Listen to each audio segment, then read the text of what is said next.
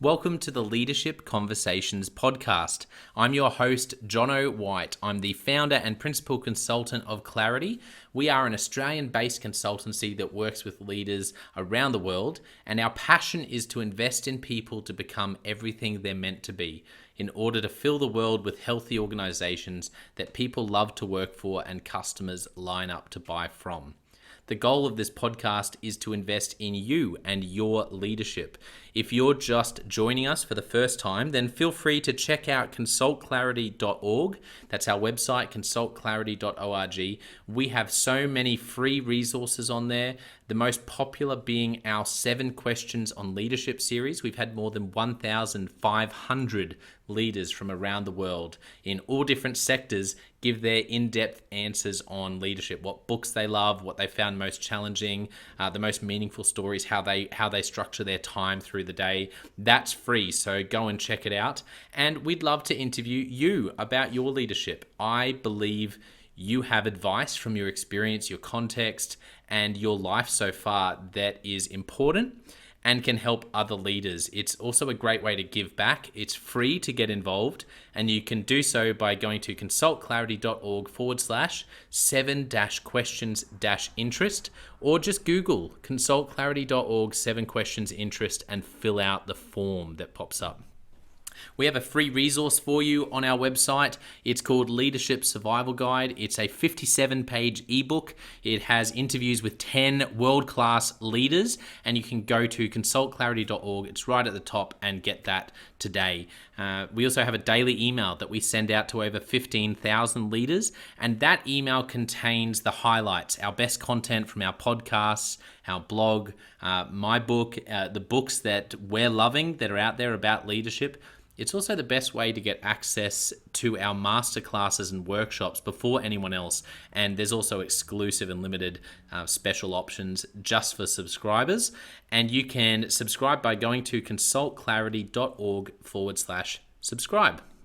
Now, my gift to you is to work incredibly hard to provide the best leadership content I can to invest in you and your leadership. So if you're finding our content helpful, if you find this podcast helpful, then your gift to me could be this. If you do find it helpful, then write a review or rate our content and make sure you subscribe or follow.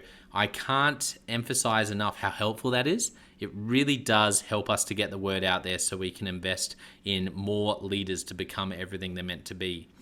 It also means a lot to me personally when people like you and people in our community share our content on social media. So if you do that, then please do look for me, Jono White, to tag me, and look to tag Clarity on whatever platform you're on. And our team, including me, I'm always looking to see when people have mentioned us so that I can engage with you. And also we look at sharing content. So if you write something about something we've done, there's also a good chance we'll share that with our followers. So if you could do that, that is a massive, massive help as we try to invest in as many leaders as we can around the world. Last of all, you can check out my book about how to deal with difficult people even if you hate conflict. It's called Step Up or Step Out. It's available on Amazon. You can just look up Step Up or Step Out Jono White, or you can go to store.consultclarity.org/book and check it out there. I have coached leader after leader after leader, and in more than 50% of the sessions, this topic comes up. How do I deal with this person? I'm finding it really difficult, and I just want to find a way that doesn't blow up to do just to have a difficult conversation, to lead them better. How do I do that? There's a 3-step process that I outline in this book that I believe can help you. Okay, let's get into today's episode of the Leadership Conversations podcast. Enjoy.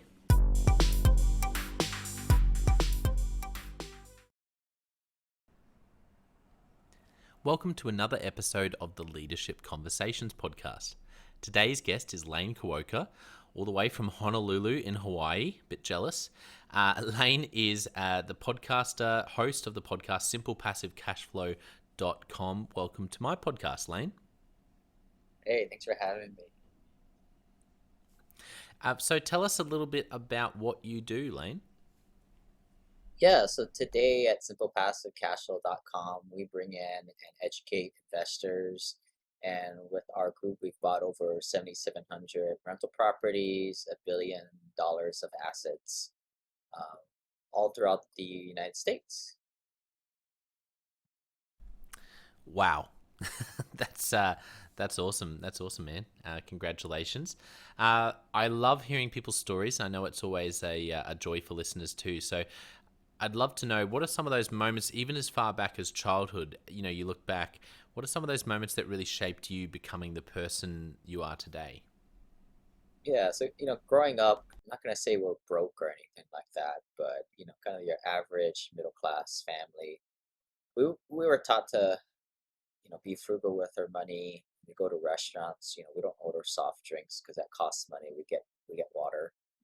Um, Taught to be very frugal with our money and good savers. Very very early on, I was taught to when I had my first job at I think I was like 14 or 15. I saved a couple thousand of it to put to a retirement account back then. Um, that's the way I kind of grew up. And I call it the linear path. And a lot of people kind of grow up on this path where you're taught to be a good little boy and girl and go to school, you study hard, you go to college and you get a degree and you work at that job for 40, 50 years and you buy a house, you have a family. Um, Partly along that way, I bought a rental property right out of college and I just started to rent it out. And I realized, wow, if I rent it out, I have this passive cash flow stream and I am exponentially growing my net worth to a point where I don't have to work at this day job I don't like anymore. Yeah, that's incredible. So, when did you? Because when you grow up like that, like so many of us do, there must have been some resistance in you to making that transition. Do you remember when you really first experienced or stepped out into this different way of thinking about money and about finances, rather than the 40 to 50 years in a career, safe retirement, work hard, be a good be a good boy sort of? When was that first stretch, or where you made a step in that other direction? Yeah, so I bought that first rental property and I was making positive cash flow and my tenant was paying down my mortgage for me. I realized it very early on. Wow, I was making 20 to 30% returns on my money when you include all the ways you make money with residential real estate, tax benefits, mortgage pay down, appreciation, and cash flow. And I realized, like, I was looking over at my stock market stuff that everybody says you're supposed to be doing, and I was like, well, maybe making single digits, high single digits, maybe. And I just at that time I just kept doing both, right? I bought a couple more units, and then at that point, this is probably several years into the rental real estate game, I just started to realize, like, why am I putting my money into this? Here in America, we have that 401k, or every country has that retirement plan where supposedly it's growing tax free. But you start to find other people doing this type of investing, whether you call it right pill or red pill investing, or more enlightened type of investing, non for the masses. And you start to realize that the wealthy do things very differently in this fashion. And at that point, I didn't see really any logical reason why to stay in these mutual funds and 401k retirement plans. I pulled the plug on that and I put Mm. it all into my residential uh, real estate portfolio. And kind of that was when I kind of never looked back. Yeah, that's so cool. I love that. I love that you've been through that yourself. You're walking the talk, and now you're helping other people to do the same thing. Knowing that some of our listeners are, may have never even heard of, investing in rental properties. Maybe it's something they've never considered. What would be sort of your ultimate? Obviously, we're going to explain where people can find you a little bit later on, so they can go and really dig in deep into everything you do, Lane. But for a starter, someone who's just never been exposed to this before, can you just unpack the basics of how you think about money, finances, and the core ideas of what you do? Yeah, I mean at the grassroots level, you're buying. The idea is to buy properties that cash flow on a positive basis, and doing that, you start with the property first. Property has to cash flow, and one of the ways we ensure that is we don't buy properties unless it meets a certain 1% rent to value ratio metric. So how do you find the rent to value ratio? Well, you take the monthly rents divided by the purchase price. So say you're buying a property that is $200,000. You're going to need to have that property rent for more than $2,000 a month. Many places, across the country or different countries, that $200,000 property may rent for $1,000 or $1,200. That's well below that 1% threshold of $2,000 a month. What most people realize is their place that they live in, even though it might be a nice place to live in, good schools in the area, are not good places for rental properties. And many times the case is, they should invest out of their own backyard in a different state or possibly even a different country, where you can find Yeah. those properties that are at 1% or higher. So for those like me who are heard 1% but are still trying to crunch numbers in their head, so can you just explain again how you work that out? So if I'm looking at a property, I'm in Brisbane in Australia, so I go and have a look at a property. What are the numbers I'm looking for, and what do I need to calculate to work out whether it's a fit? Right, right. So monthly rents divided by the purchase price. So what's sort of an average house that's out there? Yeah, no, What would that's a be good like a question. We can median do this home as a price? so yeah, the house prices here in Australia, particularly where I am in Brisbane, are skyrocketing. So your sort of average suburban um, house house price, say outside of the city, I'm sort of in close to the city, would be these days. I'd have to say would probably be $700,000 or $800,000. Um, if you push out a bit further in the suburbs, and monthly rent for one of those sort of houses, say it was $700,000, and then I'd be guessing maybe monthly rent would be 500 a week would be maybe a ballpark. So you'd be looking at $2,166 monthly rent. So I'd be dividing that 2,166 by the total 700,000. 700 Is that what grand. you're saying? Yeah. Correct, and it's well below even half a percent rent to value Yeah, ratio. yeah, So as they okay. say in California, no bueno, that ain't gonna work. But so I mean, I already know Australia, Europe, many parts of the country it ain't gonna work, and Yeah. it's also compounded with the fact that in a lot of those countries, the lending is really horrible. The banks just don't lend. Yes. You're not going to get a good loan to value. You're not going to get a cash flow. Just not going to work. And even in America, like we don't invest in states like Hawaii, California, New York, Boston. A lot of times we're Yep. investing in more of these secondary markets like Texas, Alabama, Arizona, places like Mm. that that would never make more sense. And the reason why we do that is we don't play Yep. the game of buy low and pray and hope that the price goes up. It typically happens like that, but we don't want to base our portfolio or investing off that. What we want is the guarantee money coming in from tenant pays the mortgage or pays the rents, we pay our mortgage, and we have excess at the end of the month, every single month, even in bad times. So this is kind of a recession-proof type Yeah. of way of investing. Yeah, that's so cool. It's really interesting. So, I'd love to know.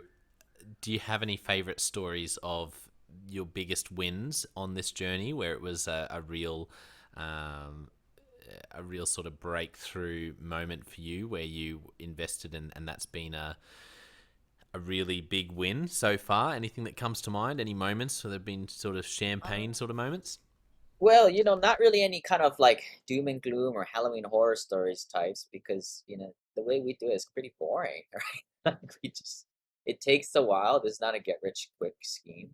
this is, but like when you start to acquire more and more properties, it just kind of increases your portfolio. I bought my first rental property in 2009.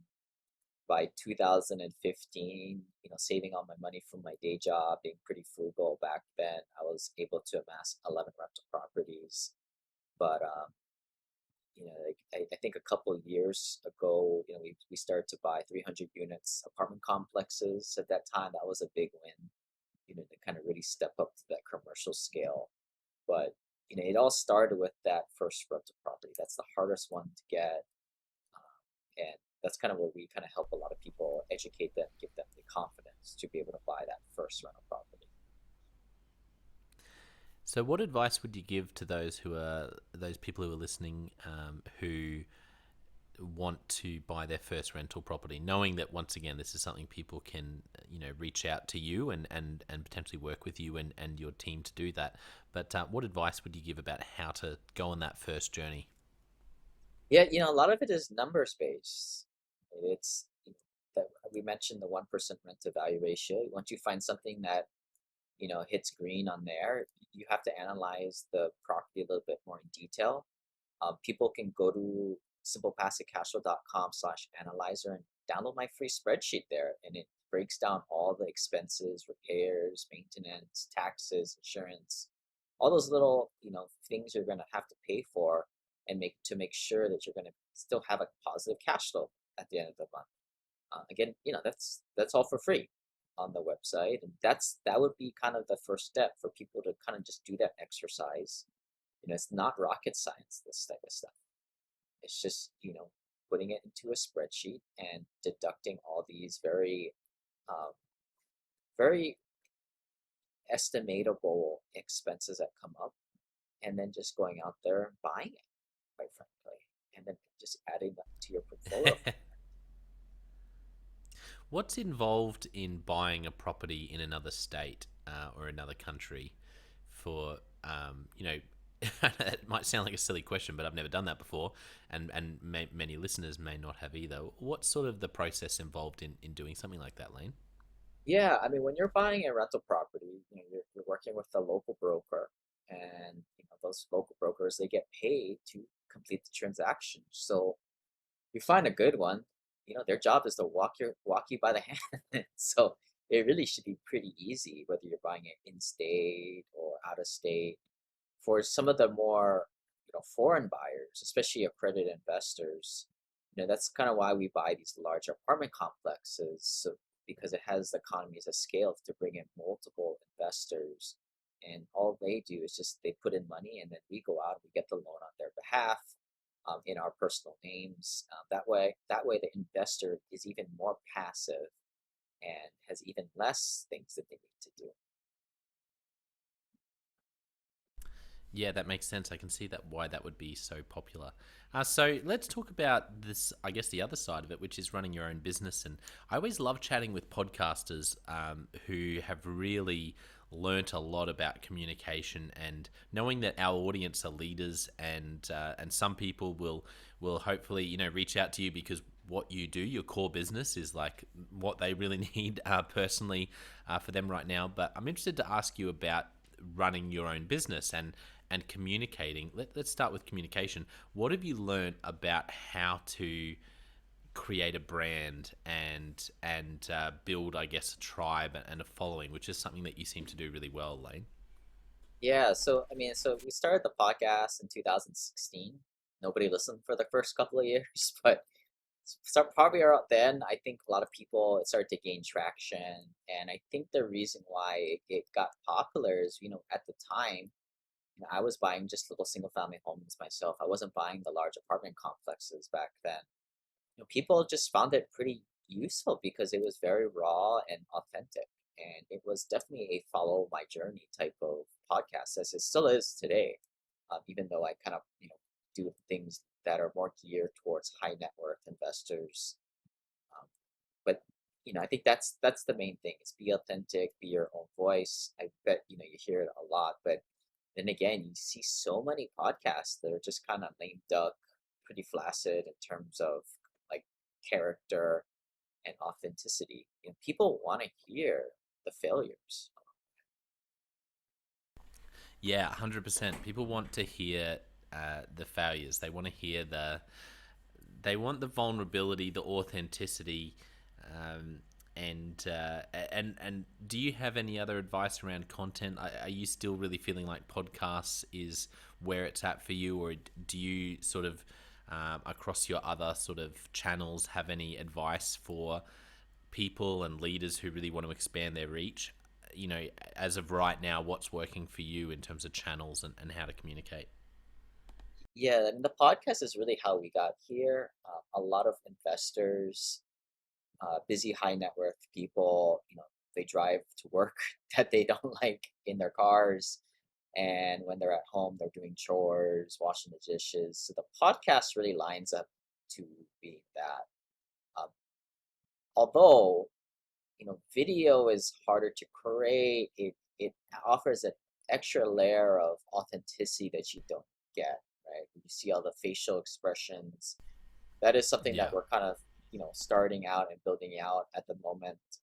My We call it the Rich Uncle channel, or if you just search simple passive cash flow on YouTube, that's something that we're also growing it up, but it's for a different audience. Our accredited investor, more sophisticated investor, is on our podcast platform, but the Rich Uncle channel, the YouTube platform, is geared towards more of the younger people. The people in their teens or early 20s, or those guys in their Yeah. 30s or 40s that are still getting started financially. It doesn't matter how old you are, I guess, but it's just more where you are in terms of the net worth building journey. And let's just call it the guys under $1 million net worth. Um, I think they tend to watch a little more YouTube, for whether it's good or bad. Little shorter extension span, and that's how we're kind of gearing up more of that channel. And as a Yeah. marketer, you kind of just try everything and see what works. It's so true. It's funny you mentioned that about podcasts. One stat I heard, I think it might have been on the Tim Ferriss show. He did a whole episode about podcasting where someone sort of interviewed him about his podcast, and I think it was there where he talked about this stat of people who listen to podcasts are 43% more likely to earn over $200,000. And so, for anyone who has a target demographic who are going to be higher net worth, I think podcasts are just on that one stat alone, which for me is, I know that there'd be a lot of people listening. I have a joke with that with some friends who aren't at that point, and they say, well, I need to listen to more podcasts because it's going to help me increase my net worth. And I think that's kind of true as well. But if you're looking to create content and you have a target market who are likely to have higher net worth, I haven't really seen a better channel than podcasts, for so many of the reasons you've mentioned, Lane. Right? Right. I mean, on the one hand, you have to have a book of content, right? I mean, it's sort of Mm, today's modern business card. I just released a book recently that hit Amazon bestseller, and that's just another avatar type that you're trying to hit. Um, yeah, you never know. You never know what.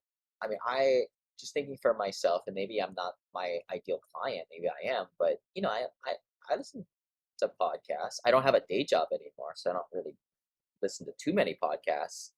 But I do enjoy myself a YouTube video here and there. So they're just all like very. It's all content marketing at the end of the day. Is all it is. yeah.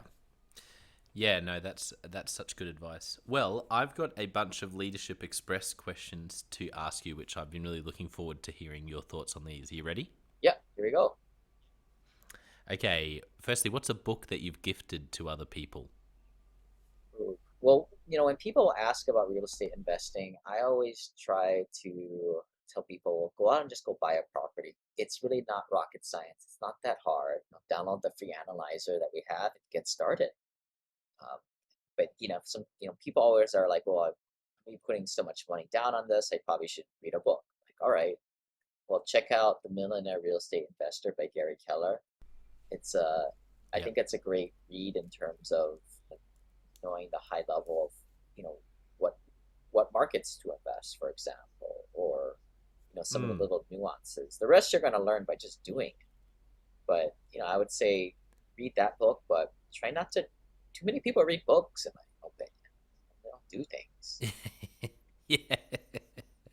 Yeah, I like that approach. Actually, it's really refreshing because it's you'd expect chatting with you about something like buying a rental property. It would be like, whoa, well, here's the 5 year, process to really line up all your ducks in a row. But I like your approach, which is, why don't you just go out and do it? And I, and that's the best way I to mean, get started, and that's where you're gonna most learn of the my most. clients are engineers. I know very well the term analysis paralysis was created by an engineer, labeled his own thing.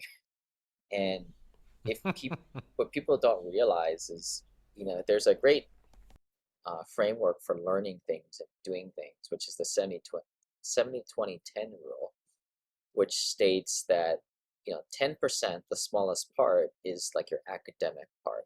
This is your books, your podcasts.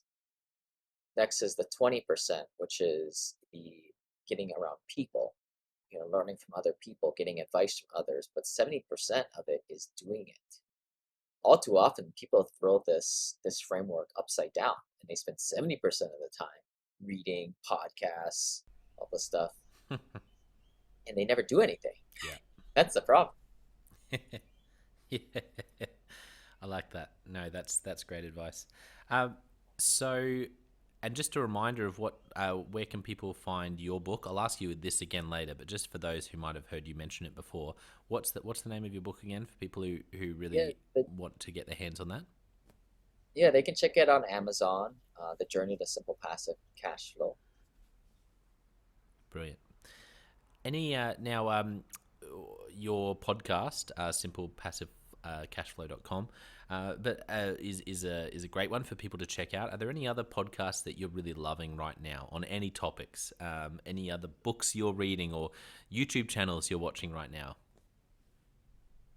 I spent, I've been listening to podcasts for over a decade. Um, I actually stopped listening to podcasts a lot several years ago because I started to realize, like, it's just there's a lot of noise in there. It's kind of like how Clubhouse was when it was kind of popular, right? It's just uncurated stuff. I'm trying to get back to the basics these days, read more books, right? Because a book is something, a book might take you 4 or 6 hours to go through, but that 4 to 6 hours is something an author spent a heck of a lot of time going over multiple times, multiple research, where I just don't feel like podcasts are really, they go through that preparation, curated status these days. So I kind of look for, if I'm looking to be entertained, then I'll listen to a podcast. But if I'm really looking to learn about a new subject or a new concept, I'm going to pick up a book that has, pretty good ratings, referrals off Yeah, I like that thinking. Any books that you're reading at the moment, or you've read recently that have blown your mind? of. None really. I like to read books and kind of just use it as a tool to kind of incite new changes in my business or topics to discuss on my podcast or things to discuss with my team. Um, the one book I'm reading now is, the three things that a CEO should do. I don't necessarily think it's a great book. I don't think it's that great, but it's gotten me to thinking about a couple of things, the way I do things. Yeah. What's a commonly held belief in investing real estate that you passionately disagree with? Too many people have this idea where they're trying to pay off their properties, which is completely opposite of way the wealthy play things. What we want to do is use good debt to get our money working best for us. Right? When you have a paid off property, not only are you a sitting duck in terms of liability because everybody knows where your money is, which but your money's not working for you, it's sitting dead there.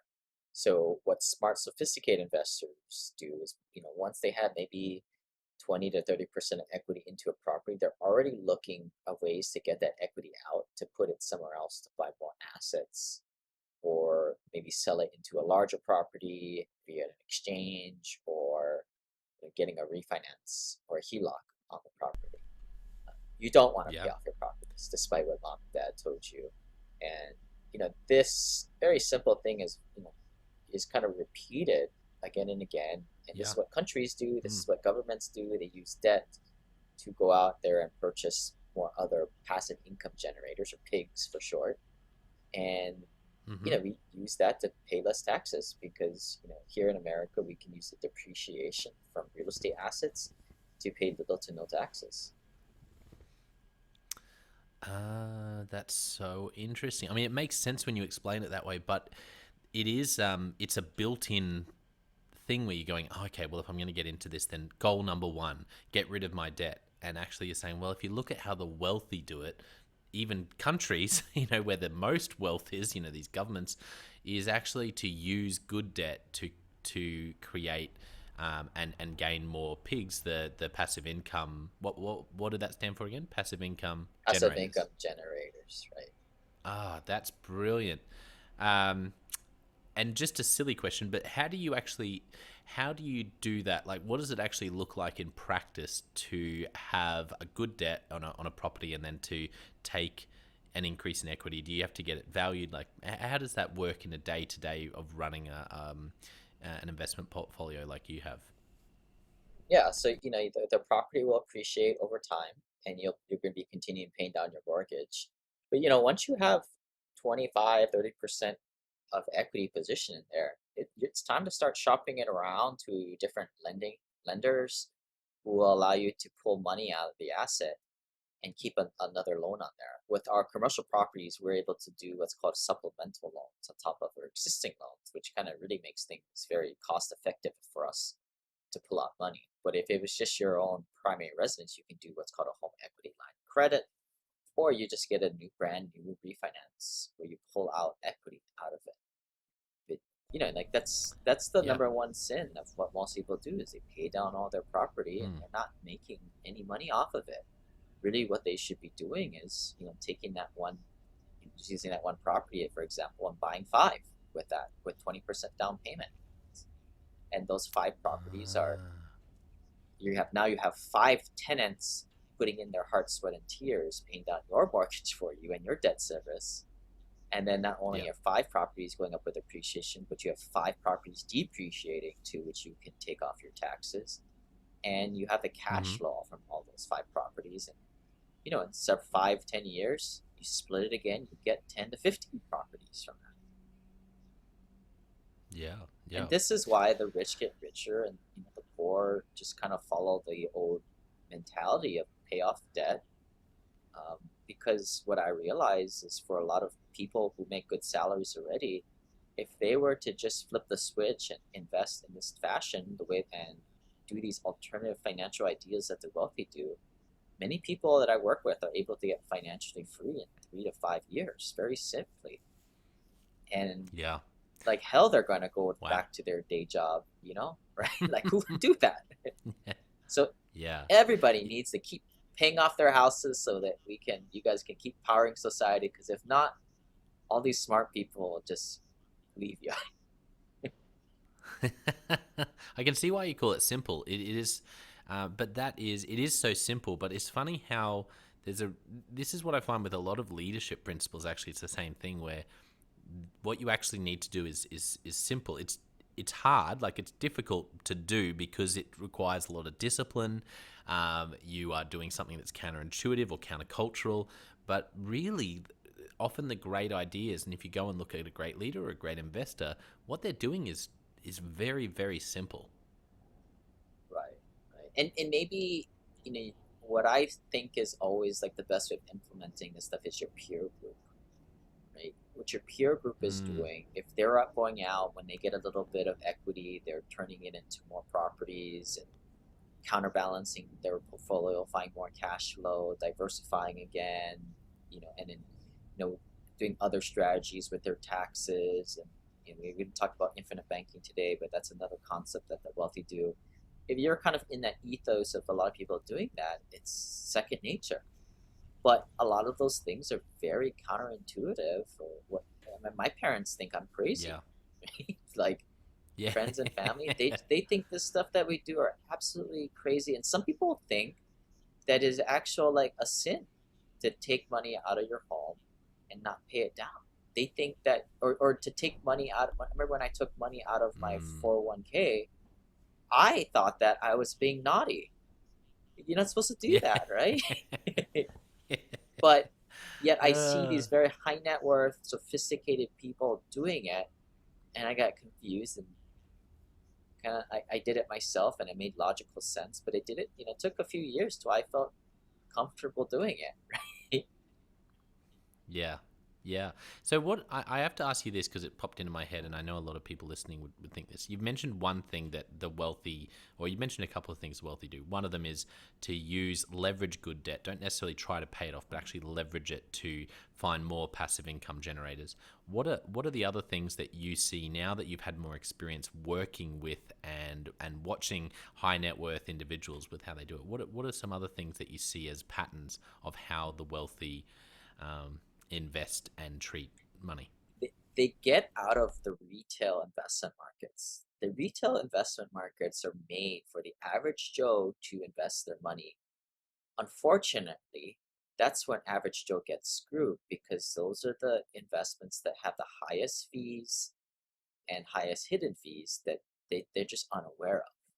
So this is why the sophisticated investors go through their private networks to get into different either direct rental properties that they own themselves or private placements and syndications where they know the syndicator personally.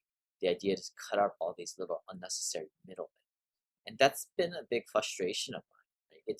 It's not that the underlying like REITs for example. REITs invest in real estate. I'm all for that. But what I'm not okay with is REITs have gazillion middlemen in these things.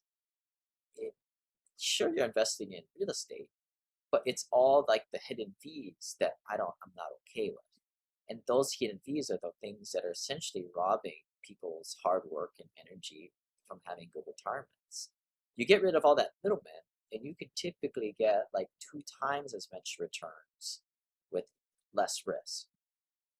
But you got to get off the beaten path. You have to grow your own network Mm, of other people that are also doing this type of stuff.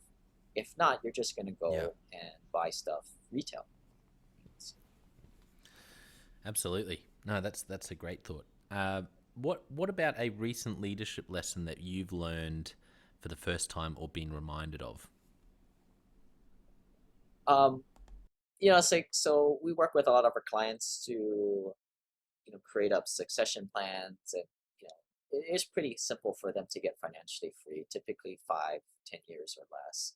So we're big on teaching people to set up their value system now, and it's no different when you have a business, right? You have to.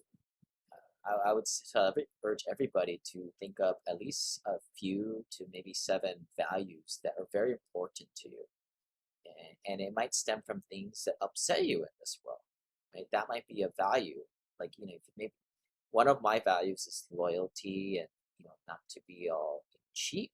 There's a lot of people who are very cheap out there and think for themselves.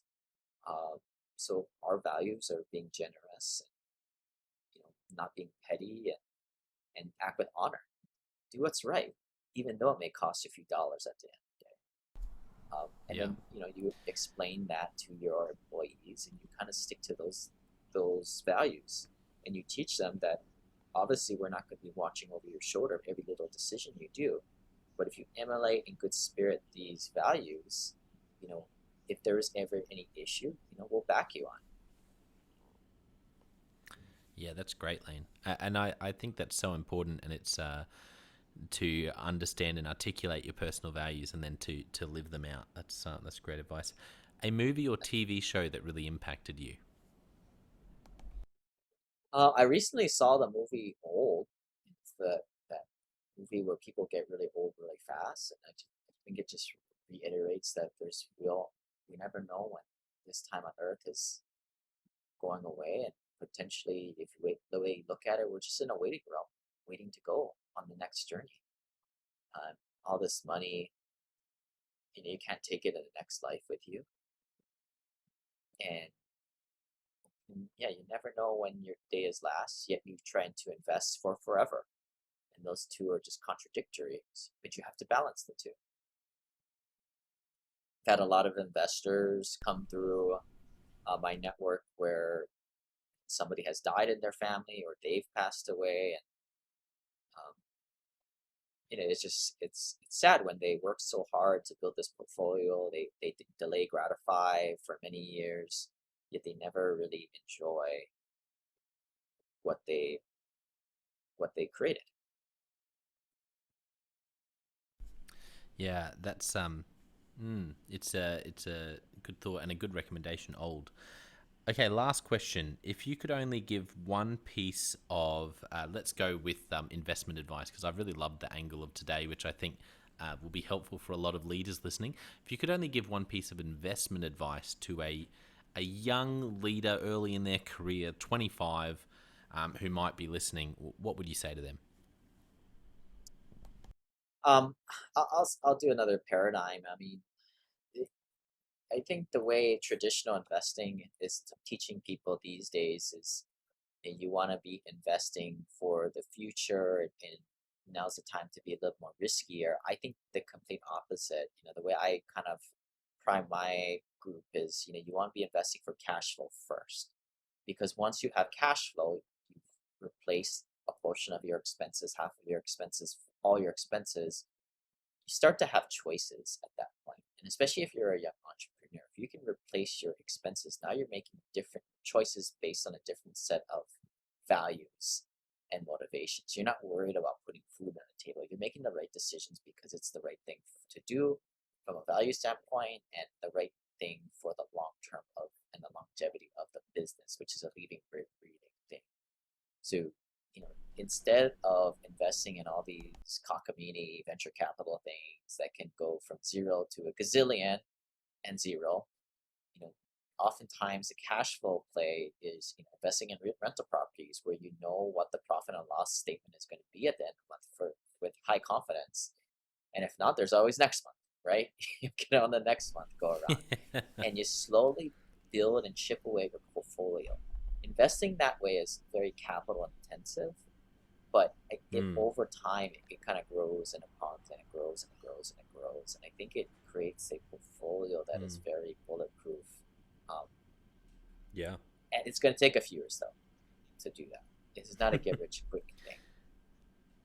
No, no, no. I love that. I love your approach, and I think there's going to be a lot of people taking notes furiously, listening back to this, and um, I hope it's not asking for trade secrets. But if people are interested in starting, are there any states right now that you're recommending that people look at? Any places that for a starting point that people initially start dipping their toe in the water and start having a look at properties, because you've seen some. Unlike where I live, where it's the percentages don't add up, where you see actually there's some great opportunities there. Yeah, I mean, as far as countries, America just beats them all in terms of rental properties, because of the lending Sure. environment and the population growth, right? America has an increasing population, unlike a lot of, Japan, for example.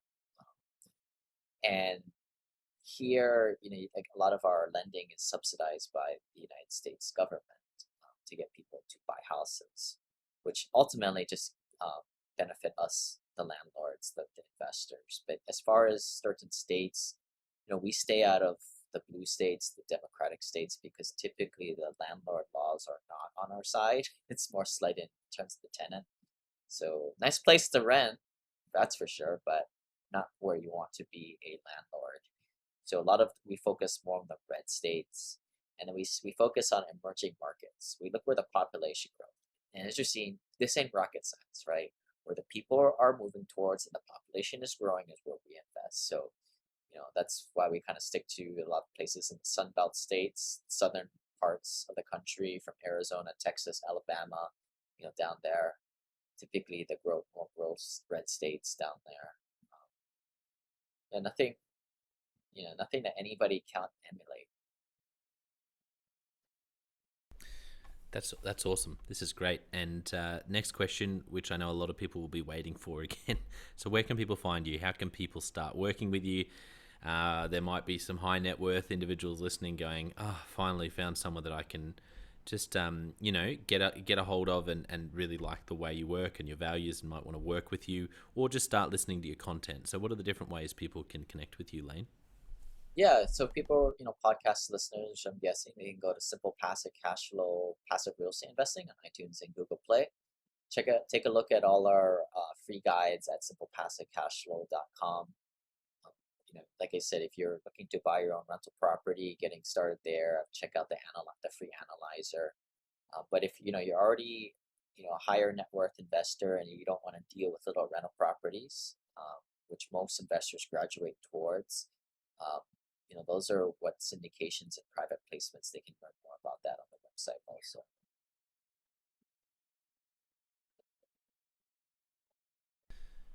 Awesome. Yeah, great. Well, I want to thank our listeners. It's been a bit of a different episode today, but this is what I love about leadership conversations. A little bit of entrepreneurship, a lot about investing, and I really believe today will have helped a lot of leaders in a different way than what we normally do, which is helping you to think about how you invest. And I think that's a great thing. I've certainly loved today. It's been so much fun. Don't forget, for our listeners, I also have the John O. White Leadership Podcast and Leadership Question of the Day, which is content to help you grow as a leader. But I want to finish today by saying a massive thank you to Lane.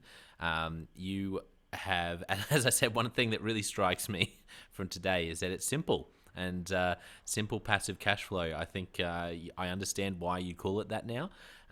Very clearly, it is very simple, but it's really profound.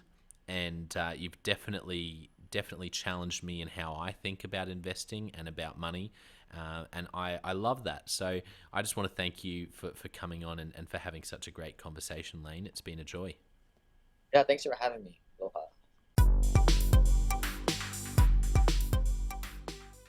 Well, I hope you enjoyed that episode of the Leadership Conversations podcast as much as I did. If you're joining us for the first time, don't forget to check out consultclarity.org. That's our website, consultclarity.org. We have so many free resources on there, including our 7 Questions on Leadership series. We've had more than 1,500 leaders from all over the world in all different roles, in different industries, answer these 7 questions on leadership, and leaders give these in-depth answers around how they spend their time, a book that's been significant for them. It's just a gold mine. It's completely free to access, so go to consultclarity.org and look for that. We'd also love to interview you about your leadership. I believe your experience, your life, your context means that you have advice on leadership that other leaders can learn from. Yes, you, if you're going, not me, well, no, I really believe you would have something to add. So if you're looking for a way to give back, it's completely free to get involved. And we would love to interview you through the 7 Questions on Leadership. You just go to consultclarity.org/7-questions-interest, or Google consultclarity.org 7 questions interest and fill out the form and get involved. We have a free resource on our website called the Leadership Survival Guide. It's a 57-page ebook, 10 world-class leaders giving their thoughts on leadership, and that's completely free. It's available on our homepage, consultclarity.org, right at the top, so make sure you go and get that and download it today. And we have a free daily email that you can subscribe to. We send this out to over 15,000 leaders from around the world. And it contains the highlights of content from our podcasts, our blogs, our books we're reading. It's got the best content, and it gives you exclusive, limited, early access to our masterclasses, workshops, new products, special offers. It's all for our subscribers. You can go to consultclarity.org/subscribe and join 15,000 other leaders. And my gift to you is to work really hard, particularly through the Leadership Conversations podcast. I have been blown away by the quality of the leaders, and I'm learning as much as anyone in doing these interviews. So I'm having a great time. And my gift to you is to keep lining up the best leaders I can to invest in your leadership. Your gift to me, if you're finding this helpful, there is something that you could do that would help us out massively. And that is to write a review and to leave a rating for our podcast or wherever you're watching or listening to this. I can't tell you how much that helps us out. Also, subscribe or follow. It really does make a difference in helping us to help more leaders become everything they're meant to be.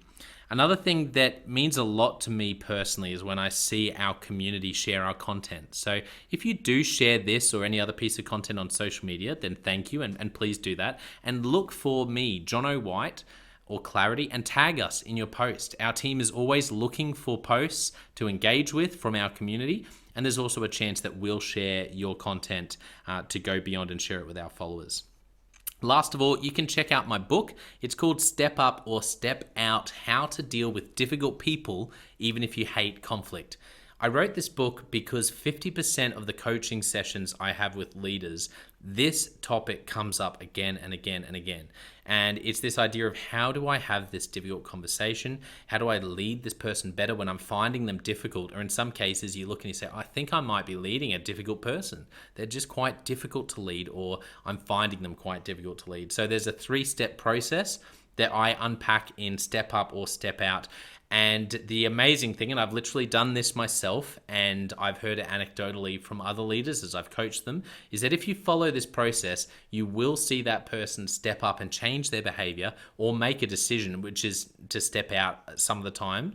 95% of the time, people will step up or step out in just 4 weeks. And I stand by that. It's you have to read the book to understand, but I really do believe in it, and I've experienced it firsthand. It works.